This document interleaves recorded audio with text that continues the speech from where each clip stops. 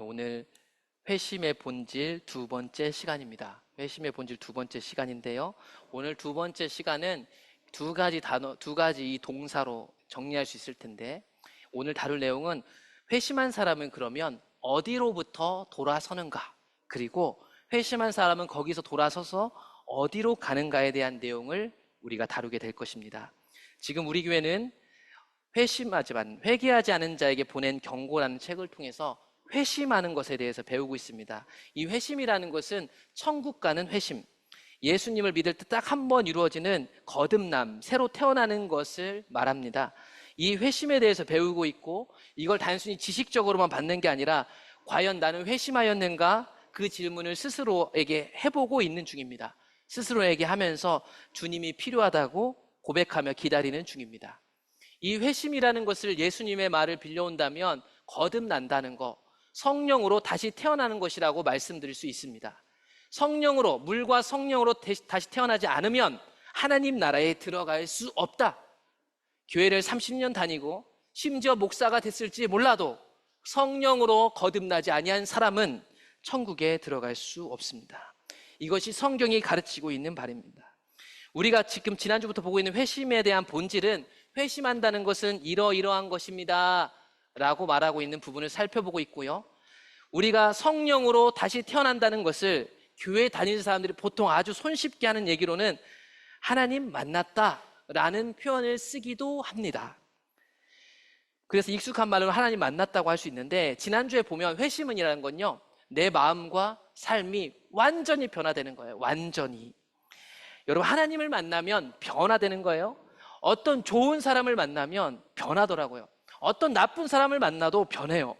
인격이신 하나님, 우리 가운데 역사하신 하나님을 만나면 변하는 거예요. 변하는 거라고요.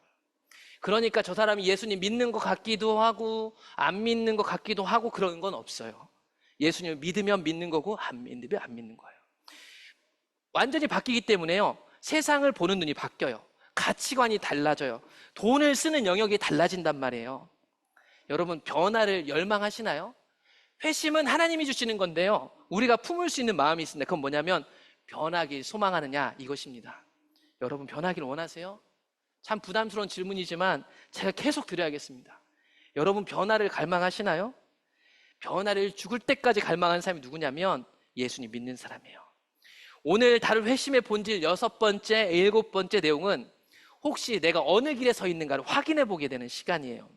어디로부터 어디로 간다고 했잖아요. 그러니까 먼저 다룰 어디에 있는가를 잘 살펴보시면 내가 어디의 길에 있는지를 보게 될 겁니다.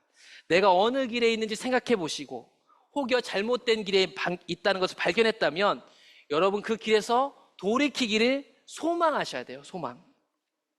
먼저는 우리가 회심하게 된다면 우리는 이러한 것들로부터 돌아서게 됩니다. 죄의 길에서 돌아서게 됩니다. 사탄의 길에서 돌아서게 됩니다. 세상을 향한 길에서 돌아서게 됩니다. 우리 자신의 의로움으로부터 돌아서게 됩니다. 이게 회심한 사람들에게 나타나는 특징이에요. 먼저 회심한 사람은요, 죄로부터 돌아섭니다. 이 죄로부터 돌아선다는 게 무슨 말이냐면 죄를 아예 안 짓는다, 이 말이 아닙니다. 로마서 7장에 보면 사도 바울에 대한 얘기가 나오는, 사도 바울이 자기 고백을 하는 거예요. 내 속사람으로는 하나님의 법을 즐거워하는데 내 몸속에 또 다른 법이 있는 것을 발견했대요. 내 마음의 법, 곧 이건 뭐냐면 하나님의 법을 가리키는 거예요. 하나님의 법하고 내 몸속에 있는 또 다른 죄의 법이 서로 싸운대요. 서로 싸우는데 주로 이 싸움을 통해 가지고 내가 죄에 사로잡히는 사람이란 것을 바울이 인지하게 된 겁니다. 그래서 바울이 통회하는 거야. 통탄하는 거야. 오라, 어떻게 하면 좋지? 나는 공고한 사람이로다. 이 사망의 몸, 즉 이 죄의 몸에서 누가 나를 건져낼 수 있을까? 이 얘기를 하면서 바울은 예수님께로 나아가거든요. 이 말씀을 잘 보신다면 여러분, 회심한 사람은 죄를 안 짓는 사람이 아니라 내 안에 죄들을 보는 눈이 열린 사람이에요. 회심한 사람은요, 내 안에 내 지체 속에 거하는 죄의 법의 실체를 본 사람입니다. 그러니까 여러분, 죄를 안 짓는 사람이 아니라 끊임없이 죄와 싸우고 있는지 싸우고 있지 않는지를 확인해 보세요. 여러분 안에 성령이 역사하는데 그 성령과 싸우는 자기를 보세요. 그 죄의 법을 보시냔 말이에요. 이거를 보는 사람이 회심한 사람이에요. 이게 없는 사람이 아니라. 이 갈등을 경험하고 계시는지 잘 생각해 보세요. 바울은 끊임없이 자신 안에 거하는 죄의 법과 싸웠던 사람이에요. 왜냐하면 회심한 사람은 죄를 볼 수 있고 그 죄를 그대로 내버려 두는 사람이 아니기 때문입니다. 그러므로 이 죄의 길에서 날마다 돌아서는 사람이에요. 그래서 날마다 변화되는 사람이죠. 바울이라는 사람은요, 겉으로 보기에는 죄가 없어 보이는 사람이었어요. 그래서 빌립보 교회에 편지를 쓰면서 바울이 자기가 옛날에 어떤 사람이었는지를 설명하는데, 나도 육체를 신뢰할 만함이며 다른 사람들하고 비교해서 뒤처지지 않습니다라고 얘기하면서, 나는 8일 만에 할례를 받고 이스라엘 족속이고, 이거 자기 배경을 얘기하는 거예요. 완전 나는 신앙으로 봤을 때는 금수저 중에 금수저요. 하나님의 말씀에 대해서도 나는 하나도 흠이 없는 사람입니다 라고 옛날에 얘기했었대요. 그런데 이 사람이 회심하고 나니까 방금 우리가 본 것처럼 이런 고백을 하기 시작한 거예요. 내 안에 큰 죄가 있더라. 이 죄가 끊임없이 나를 사로잡으려고 하더라. 나는 이것과 끊임없이 싸움하더라. 여러분, 이걸 아는 사람이 회심한 사람이에요. 여러분들은 내 안에서 끊임없이 날 넘어지게 하는 죄에 대해서 생각하고 계신가요? 여러분, 그런 게 있잖아요. 저도 다 있어요. 우리의 습관, 내 반복적인 거, 내게 다른 건 다 평온하다가 꼭 이거 건들면 날 화나게 하고 죄짓게 하는 거, 이거하고 여러분 전투하고 계신가요? 그 죄로부터 돌아서셨어요? 혹은 돌아서기를 원하고 계십니까? 여러분, 죄라고 하니까 사람들이 다 아는 단어 같잖아요. 근데 성경이 말하고 있는 죄는요, 우리가 생각하는 죄하고 좀 달라요. 성경에서 죄라고 얘기하고 있는, 신약성경에서 죄라고 얘기하고 있는 하말티아라는 단어는요, 관역이 있는데 그 관역을 맞추지 못한 게 죄라고 얘기합니다. 즉, 이걸 좀 쉽게 말씀드리자면 성경 말씀이 하나님의 길에 대해서 얘기해요. 예수님 믿는 것에 대해서 얘기해가지고 그 길대로 살아가는 게 저 관역이라고 생각해 봅시다. 그런데 이 사람이 말씀을 가지고 하나님 뜻대로 살겠다고 여러 가지를 행동하는데 하나님의 길에 서지 않는 거죠. 저 관역에 맞춰야 되는데 관역에 맞추지 않는 거예요. 저 빗나간 화살들을 보세요. 헌금도 많이 해보고 봉사도 많이 해보고 뭐 다양한 걸 해본 겁니다. 자기 노력으로 수많은 거를 교회에서 정한 걸 해본 거죠. 그런데 하나님의 길에 서 있지 않은 것, 여러분, 그게 성경이 말하고 있는 죄예요. 그래서 이 내용에 대해서 잘 보여주는 얘기가 뭐냐면 고린도전서 8장에 있는 한 이야기를 가져와 봤어요. 고린도에 예수님 믿는 사람들에게 있었던 문제에 대해서 바울이 편지를 썼는데, 고린도 교회는요, 그 당시에 고린도라는 도시에 거대한 우상 신전이 있어가지고 우상 신전에서 사람들이 다 제사를 드리면 거기서 나오는 고기가 있어요. 그 고기를 시장에서 싸게 팔 수 있는 거죠. 그러니까 그 고기 사 먹으면 효율적인 거예요. 그래서 그 부분에 대해서 바울이 얘기합니다. 여러분, 우상 숭배하고 나온 고기 먹는 일에 대해서, 우리가 우상 숭배는 세상에서 아무것도 아니고 또한 하나님은 한 분밖에 없는 줄 우리는 다 알죠. 고린도 교회에서 예수님을 믿게 된 사람들이요, 피할 수 없는 문제가 그 고기 사 먹는 문제였는데, 예수님 믿고 성령 받은 사람들은 이제 우상 숭배 그거 아무것도 아니라는 걸 알게 되었기 때문에 그 고기 먹어도 문제가 없는 걸 우린 다 알게 되었다는 겁니다. 쉽게 얘기하면요, 신학적으로도 해결됐고 마음의 양심상으로도 저 고기 먹는 거를 우상 숭배, 나쁜 일이라고 여기지 않는 믿음이 그들에게 생겨난 겁니다. 우리로 쳐볼까요? 예를 들면 제사 지내는 거예요. 제사 지내고 제사 음식 먹는 문제에 대해서 신앙이 좋은 사람들 별로 크게 문제 삼지 않아요. 제사 음식 먹는 걸로.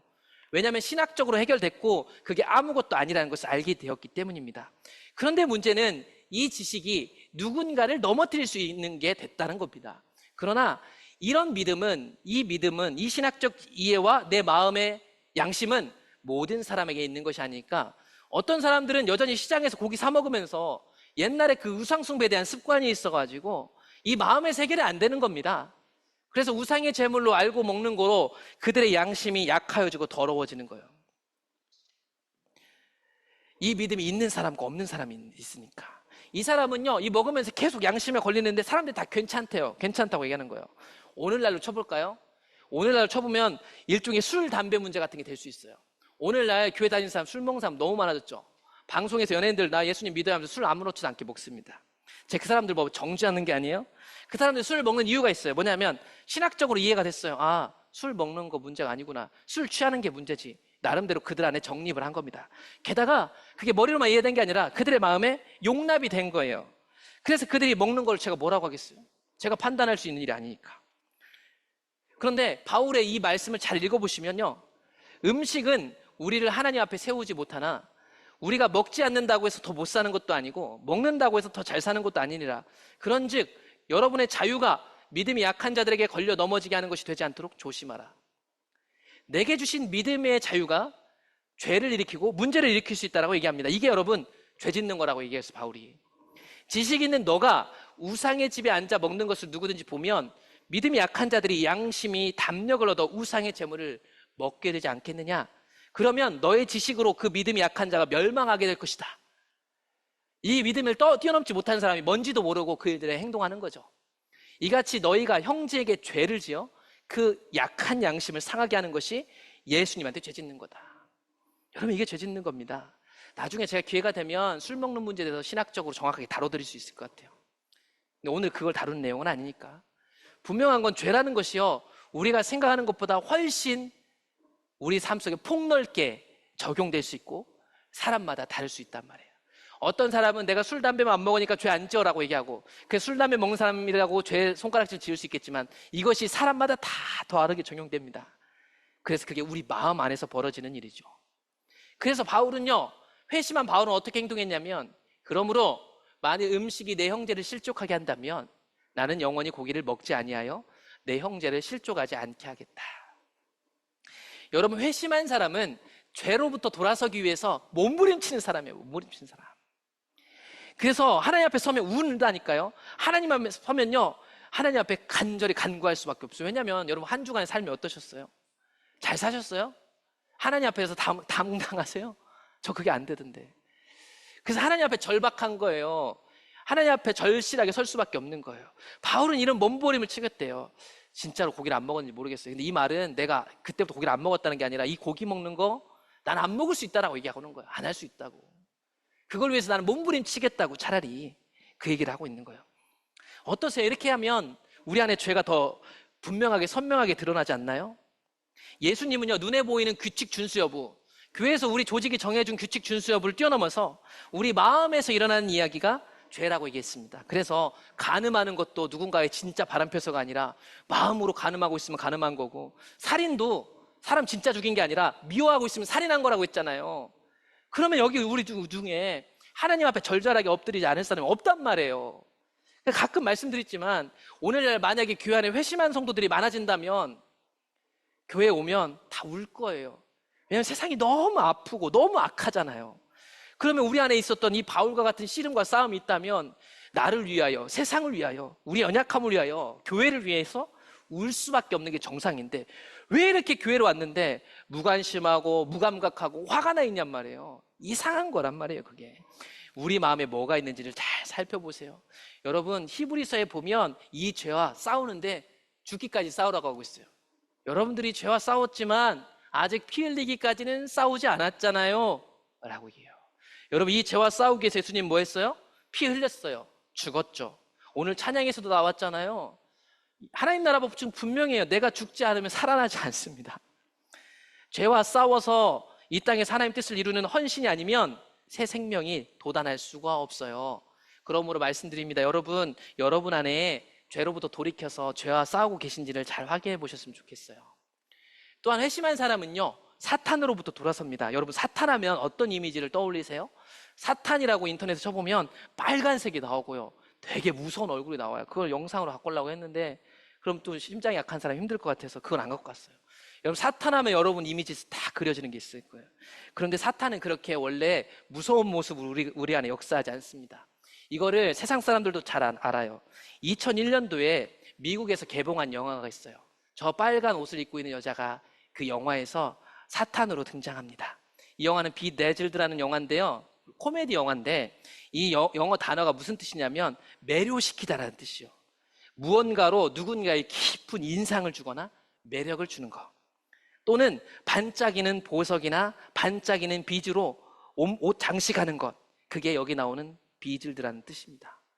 그러니까 사탄은요, 여러분들이 생각한 것처럼 무섭고 막 화내고 이런 사람들이 아니라 매우 친절하고 매우 아름답고 매우 따라가고 싶고, 그래서 이 영화를 보시면요, 저 사탄이 상당히 매력적으로 나옵니다. 상당히 매력적으로 나와요.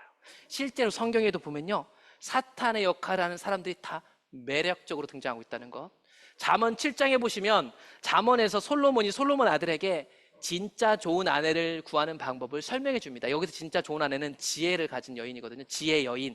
그러니까 지혜를 구하라고 합니다. 그래서 아버지가 지혜는 이런 특징을 갖고 있어라고 공부를 엄청 시킵니다. 그런데 이 아들이 어느 날 여자를 만나요. 근데 이 여자가 마치 아빠가 얘기했던 것처럼 지혜 여인처럼 거짓말을 해요. 그래서 속아 넘어가거든요. 그래서 그 지혜 여인으로 나오는 음녀가 나오는데 음녀가 어떻게 그 아들을 꼬셨냐면 여러 가지 고운 말로 유혹을 했어요. 입술에 호리는 말로 꿰었어요. 그래서 그 아들이가 따라갑니다. 이 사람 따라가면 큰일 나는데 이 여자 따라가면. 그래서 그 모습을 말하기를 소가 죽으려고 가는 도수장으로 가는 것 같고 미련한 자가 벌을 받으려고 쇠고랑 차고 가는 것과 같이 되었다라는 거예요.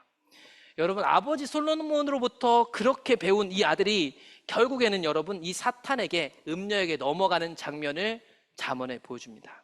마찬가지 여러분, 사탄하면 여러분들은 가볍게 생각할지 모르겠지만 우리 안에서 역사에서 우리를 끊임없이 유혹하고 넘어지게 만듭니다. 그래서 바울은 이 부분에 대해서 분명히 얘기했고, 우리가 싸우는 것은 혈과 육을 상대하는 게 아니라 보이는 상대를 상대하는 게 아니라 보이지 않는 영과 상대하는데, 통치자들과 권세들과 이 어둠의 세상 주관자들과 하늘에 있는 악한 영들을 상대하고 있다. 여러분, 이 하늘에 있는 악한 영들이 사탄인데 그 사탄이 어디 가운데 역사하냐면 우리가 생활하고 있는 모든 제도와 시스템 가운데 역사하고 있어요. 통치자들과 권세들, 그들의 힘과 우리를 움직이는 어떤 것들이 사탄이 그 배후에서 움직이고 있다는 것을 아는 사람들이 누구냐? 회심한 사람입니다. 여러분, 그게 보이세요?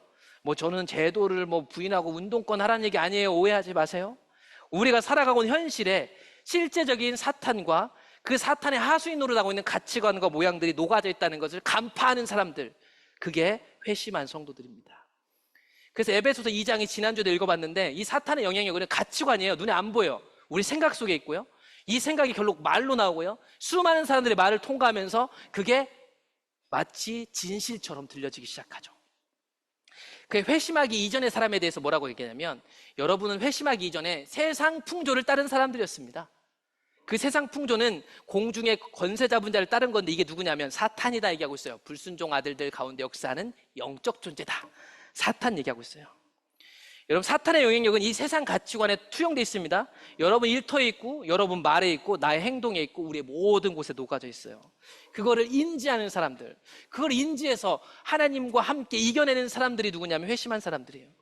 여러분, 성경에 나오는 사탄이라는 단어는 원래 히브리어 사탄에서 나온 거고요. 대적하는 자라는 뜻입니다. 이게 우리가 갖고 있는 신약 성경에 오면은 번역을 뭐라고 해놨냐면 마귀라고 해놨어요. 왜냐하면 단어가 틀리거든요. 히브리어하고 헬라어 단어가 틀리니까 똑같은 애를 가리키는 건데, 신약 성경에서는 헬라어로 디아볼로스라고 합니다. 디아볼로스. 영어로는 디아블로라고 해서 여러분 자녀들이 하는 게임 중에 디아블로라는 게 있어요. 악마 이런 게 나와요. 그게 헬라어로 디아블로인데 비방하는 사람, 대적하는 사람인데, 디모데후서에 보면 여러분 하나님을 떠난 세대들에게 나타난 특징 중에 하나가 여러 가지가 있는데 그 중에 하나가 모함한다는 건데, 이 모함한다는 단어가 이 헬라어 디아볼로스에서 나온 단어입니다. 그러니까 여러분, 마귀가 어떻게 역사하냐면 이 세상 가치관 안에서 내가 갖고 있는 욕심하고 결탁돼서 내가 늘어놓는 거짓말, 모함, 뒤에서 다른 사람 후욕하는 거, 거기에 누가 있는 줄 아세요? 사탄이 있는 거예요. 제가 아까 광고 시간에 해드린 말은 그냥 해드린 말이 아닙니다. 여러분, 이 얘기는 우린 사탄 마귀하면 저기 믿음 없는 사람, 저 술주정뱅이, 그 사람이 사탄이 생각하는데 그렇지 않아요. 잘 보세요. 사탄이 어디서 역사하냐면요, 예수님 주변에서 역사했어요. 그거 아세요? 사탄은 아무 데나 가서 역사 안 해요. 교회 열심히 하고 중직들한테 역사하죠. 여러분, 저한테 역사하고 있는 거예요. 제 뒤에서 끊임없이 저를 유혹하고 넘어뜨려고 하고 있는 거예요. 마태복음 4장에 보면요, 예수님인데 하나님의 아들인데 성령에 이끌려 가는데 거기 누가 따라와요? 마귀가 따라와서 예수님을 시험합니다. 여러분, 마귀가 했던 시험 마태복음 4장 잘 찾아보세요. 찾아보면 힘든 게 아니고 마귀가 한 얘기 그거였어요. 하나님의 아들인데 그렇게까지 해야 돼? 그냥 내가 이 땅에서 유명하게 해줄게. 이게 마귀의 논조였습니다.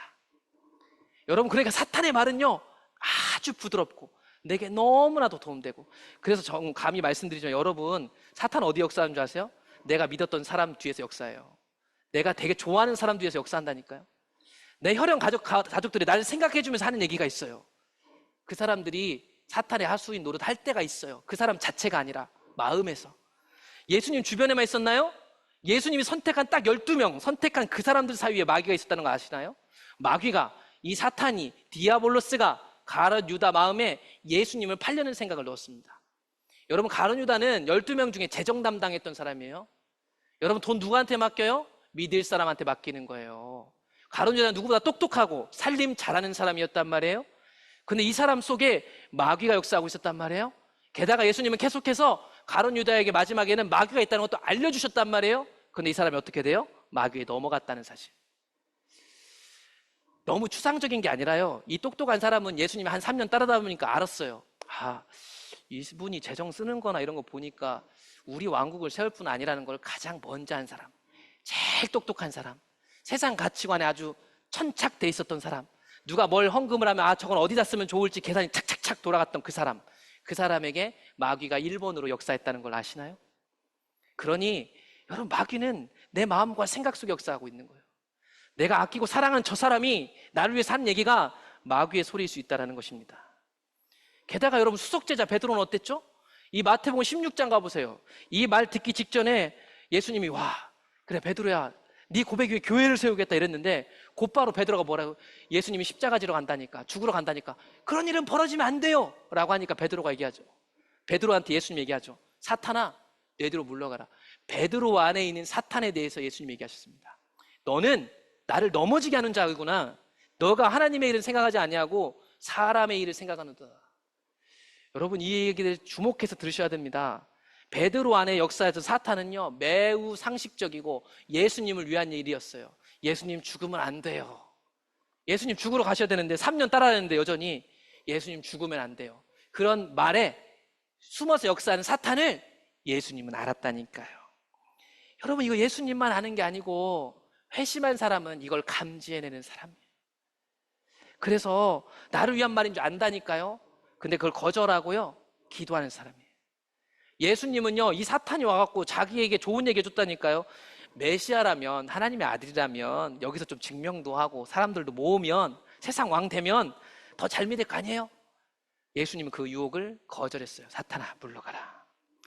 그러므로 여러분, 회심한 사람은 사탄의 행동과 사탄이 어떤 방식으로 일하는지를 간파하고 있는 사람, 그래서 그 사탄의 유혹을 거절하고 하나님의 길을 따라가는 사람, 그게 회심한 사람들이에요. 여러분, 회심한 자는 또한 세상으로부터 돌아섭니다. 요한의 이야기를 들어보면 이 세상이나 세상에 있는 것들 사랑하지 말래요. 누구든지 세상을 사랑하면 아버지의 사랑이 그 안에 있지 아니하답니다. 오늘날 세상을 다 사랑하는 것, 세상에서 더 오래 살고 싶고 더 많은 것을 누리고 싶고, 근데 이 세상 사랑은 단순히 우리가 살아가는 세상 그 자체를 가리킨다기보다는 그 세상 안에서 맺혀지는 열매를 얘기하는 거예요. 세상에 있는 모든 것이 육신의 정욕과 안목의 정욕과 이생의 자랑이니 다 아버지께로부터 온 것이 아니고 세상으로부터 온 것입니다. 그러므로 이 세상 사랑이란 건 뭐냐면 세상으로부터 발생한, 세상 사랑으로부터 발생한 내 욕심, 욕망들을 말하는 겁니다. 그것으로부터 떠나가라는 거예요. 그 길로부터 돌아서라는 거예요. 여러분, 다 그렇게 해요 이런 얘기 하지 마세요. 다 그렇게 한다는 말 좀 그만하세요. 본인만 그렇게 사시라니까요. 왜 자기가 갖고 있는 영향력을 가지고 교회 안에서 다 그렇게 해, 나도 그렇게 했다 하지 마세요. 그리고 그 얘기를 듣는 성도들도 회심한 사람들이라면 흘려다니지 마세요. 아, 그렇게 해도 되는구나. 자기의 길을 찾아가세요. 그래서 요한은 계속 얘기합니다. 이 세상도 그 정욕도 지나가는데 오직 하나님의 뜻을 행하는 자는 영원히 거하느니라. 없어질 것과 영원한 것을 구분하는 사람, 그래서 세상을 따라가지 않고 영원을 추구하는 사람이 누구냐? 회심한 사람입니다. 요한은 그래서 계속 얘기합니다. 여러분은 하나님께 속해 있습니다. 하나님이 이 세상보다 큽니다. 세상 사람들은 세상에 속했기 때문에 세상에 속한 말을 하지만 우리는 하나님께 속했습니다. 하나님께 속하지 않은 자는 우리가 하는 말도 못 알아들을 거예요. 여러분, 제가 하는 말을 알아듣는 사람은 하나님께 속한 사람이고, 못 알아들으면 세상에 속해 있는 거예요, 사실은. 만약에 세상에 속해 있다는 걸 아신다면 저를 미워할 게 아니라 하나님께로 돌이키기를 열망하시면 하나님이 도와주시지 않을까요? 저 하나 이겨서 뭐합니까? 저 하나 해결해서 뭐하냐고요. 하나님 안에서 인정받으세요. 우리는 세상을 이겨내는 존재들입니다. 세상은 우리가 이겨야 할 곳이에요. 무릇 하나님께로부터 난 자는 세상을 이긴대요. 여러분, 세상 이기셔야 돼요. 그것을 이기는 것이 무엇으로 이기냐? 이 믿음으로 이긴답니다. 그러므로 여러분, 내가 믿음이 있는지 없는지는요, 세상을 살면서 증명되는 거예요. 세상을 이기면서 내 믿음이 더 커져가는 거예요. 교회 안에서 신앙 있는 척, 교회 봉사 열심히 하면서 자기 괜찮은 척 하지 마시고 여러분 일터에서, 가정에서 먼저 이기셔야 돼요. 그거 못 이기면 교회 안에서 있는 가짜 옷을 입고 있는 거예요. 가짜 옷을 입으면요, 자꾸 자기를 더 꾸미고 속이게 돼요. 그러면 자기가 어떤 길에 있는지를 혼동하게 되죠. 바리새인과 율법주의자들처럼 말이죠. 우리의 믿음이라는 것은 나 홀로 있는 그곳에서 다 보이는 겁니다. 숨길 수가 없는 거예요. 여러분, 세상을 이기는 사람이 회심한 사람들이고 그곳에서 우리는 믿음의 열매를 날마다 확인하고 있습니다. 그리고 마지막으로 우리 자신의 의로움으로부터 돌아선대요. 이 의로움이라는 것은요, 잘하는 것만을 얘기하지 않아요. 내 열심, 내 노력도 얘기하겠지만 내 할 수 없음, 나의 부족함. 어떤 사람은 얘기해요. 저는 목사님 그런 사람이 못해요, 늦었어요. 아니에요. 할 수 있어요. 내가 못한다고 얘기하는 사람도, 아니 내 힘으로 할 수 있다고 얘기하는 사람도 다 여기에 나오는 자신의 의에 해당합니다. 회심하기 이전의 사람들은 자신의 어떠함을 의존합니다. 빌립보서 3장에 보면 아까 읽었던 말씀인데, 이 바울은 회심하기 이전에 사람들이 볼 때 이런 자랑거리를 갖고 있었습니다. 율법대로 8일 만에 할례를 받았고, 이스라엘 혈통이고, 베냐민 지파고, 하나님의 백성 중에 백성이며, 말씀으로는 제일 유명한 사람 밑에서 배웠고, 열심으로는 교회를 박해했고, 그 당시 이 박해하는 것이 하나님 뜻이었다고 생각했으니까 하나님의 뜻에 모든 것을 공들였던 사람이고, 말씀 갖다 댔을 때 흠이 없는 완벽한 사람, 그런 사람이었다라고 얘기합니다. 그런데 바울이 이 의를 사람들이 보기에 좋은 표가 되는 이것을 다 해로 여겼답니다. 여러분, 이 사람이 뭐 서울대 나오고 싶어서 나왔어요? 신앙 좋고 싶어서 좋았냐고요? 혈통이 좋고 싶어서 좋았어요? 그런데 이걸 가지고 가면 자기가 사역할 때 이게 유익해요. 사실은 나쁜 거 아니잖아요, 공부 많이 했다는 게. 그런데 이 사람이 이런 것들로 자기는 사역하지 않겠노라 했습니다. 이것이 오히려 나한테 해가 될 거래요. 내가 좀 더 공부를 했고, 좀 더 믿음 생활을 과거에 잘했고, 이런 것들이 오히려 해가 된대요. 이거를 뭐라고 얘기하냐면 바울은 배설물이라고 얘기해요. 배설물.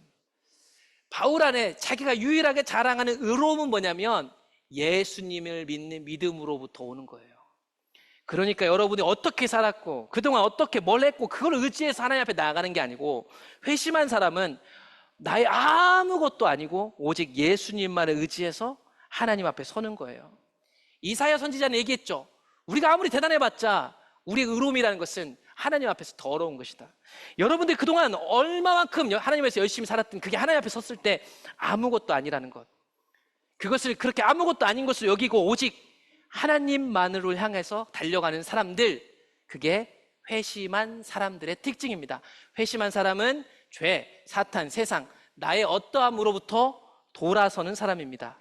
그러면 그것으로 돌아섰다면 우리는 어디로 갈까요? 바로 삼위일체 하나님께로 가는 겁니다. 그래서 오늘 한 얘기는 정확하게 회심한 사람은 어디로부터 돌아서서 어떠한 자리로 가야 하는지를 보여주고 있기 때문에 여러분들이 어느 길에 서 있는지를 확인해 보셔야 됩니다.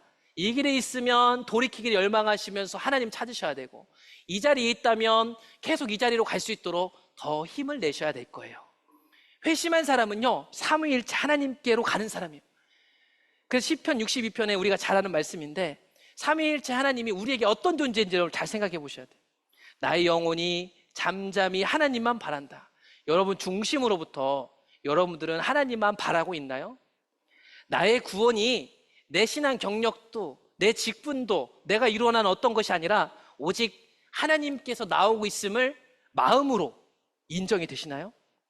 그분이 어떤 어려움이 되게 다가와도 잠시 잠깐 힘들고 어려울지라도 결국 나의 든든한 반석이기 때문에 요동하지 않으시나요? 나의 구원이시고 요새십니까? 여러분 확인해 보셔야 된다니까. 이게 우리 안에 드러나잖아요. 한 주 동안에 다 드러나셨잖아요. 다 아시잖아요. 근데 왜 가만히 있으시는 거예요? 왜 하나님 앞에 돌이키지 않느냐 말이에요. 이게 하나님께로 돌이킨다는 말은요, 결국 예수님께로 돌아온다는 얘기이기도 합니다. 왜냐하면 예수님을 통하여서만 오로지 우리가 하나님을 만날 수 있기 때문이죠. 그래서 바울이 얘기하는 거예요. 하나님과 사람 사이의 중보자, 하나님과 연결하실 수 있는 유일한 분이 바로 예수님입니다. 베드로도 얘기했죠. 예수님께서 단번에 죄를 위하여 죽으사 죄인으로서 불의한 자를 대신하셨으니 이는 우리를 하나님 앞으로 인도하려 하심이라. 그래서 여러분, 예수님께로 가셔야 하나님을 만나는 거예요. 예수님 스스로도 말씀하셨습니다. 내가 곧, 여기서 성경에는 안 나왔는데 여기 한글 번역에는 안 돼 있는데, 내가 곧 그 길이다, 그 진리다, 그 생명이다. 구약 성경에서부터 그토록 기다려왔던 그 길, 하나님 아버지께 갈 수 있는 유일한 길이 누구냐? 예수님입니다. 예수님을 말미암지 않고는 아버지께로 갈 수가 없어요. 여러분, 십자가를 통과하지 않고서는 하나님을 만날 수 있는 사람이 없다라는 거예요.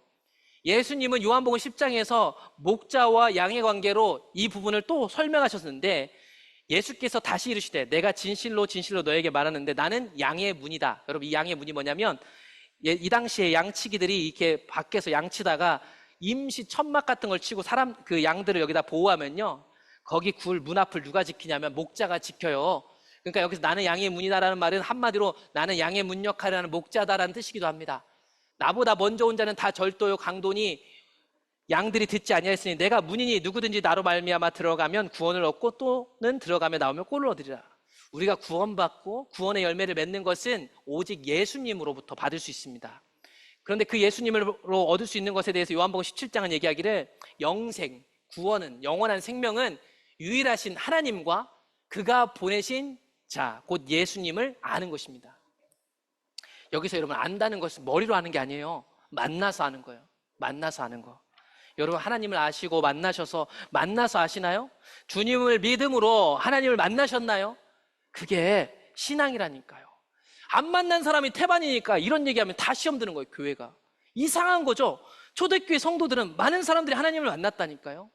근데 오늘날 이런 일들이 벌어지지 않는데 종교화된 신앙에서 이걸 얘기하지 않습니다. 얘기하면 불편할 사람이 너무 많으니까. 요한계시록에도 보시면 분명하게 얘기합니다. 예수님이 한 얘기죠. 요한에게 나타나셔서 내가 문 밖에 서서 두드리노니 누구든지 내 음성을 듣고 문을 열어라. 그러면 내가 들어가겠다. 여러분, 여기서 중요한 게 뭔지 아세요?